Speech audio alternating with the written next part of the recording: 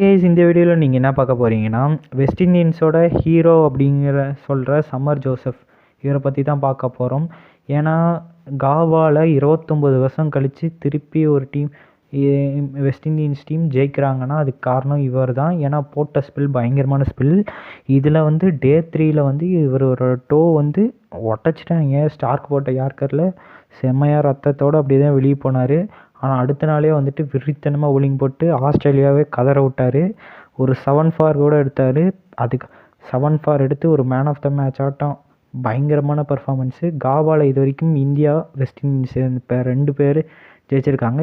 இது இந்தியா ஜெயிச்சதோட பயங்கரமாக இருந்தது. ஏன்னா இவர் ஒத்தாளாக சேர்ந்துட்டு ஆஸ்திரேலியன் டீமை ஃபுல்லாக முடிச்சு கட்டிட்டார். ஸோ செம்ம மேட்ச் தான். ஸோ இதில் வந்துட்டு பேட் கமின்ஸ் கூட ஃபோட்டோ எடுத்திருந்தார். ஸோ ஒரு நல்ல இது தான். ஸோ ஒரு ஃப்யூச்சர் கோட்டாட்டாக இருக்கார். ஸோ இவரும் வந்து சிஎஸ்கேக்கு வர சான்ஸுகளும் இருக்குது. ஏன்னா Mustafizur off the IPL miss பண்ண சான்ஸுகள் இருக்குது. அவர் மிஸ் பண்ணிட்டார்னா இவரை கூட ட்ரை பண்ணி பார்ப்போம்.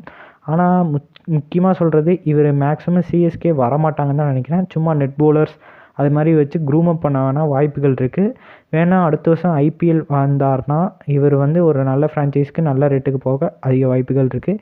ஏன்னா ஃப்யூச்சர் கோட்டாட்டாக இருக்கார்.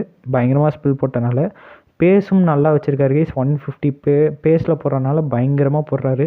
ஸோ பார்ப்போம். ஸோ மிச்சப்படி அவ்வளோதான். புதுசாக பார்க்குறீங்கன்னா சேனல் சப்ஸ்கிரைப் பண்ணிக்கோங்க. மிச்சப்படி அவ்வளோ.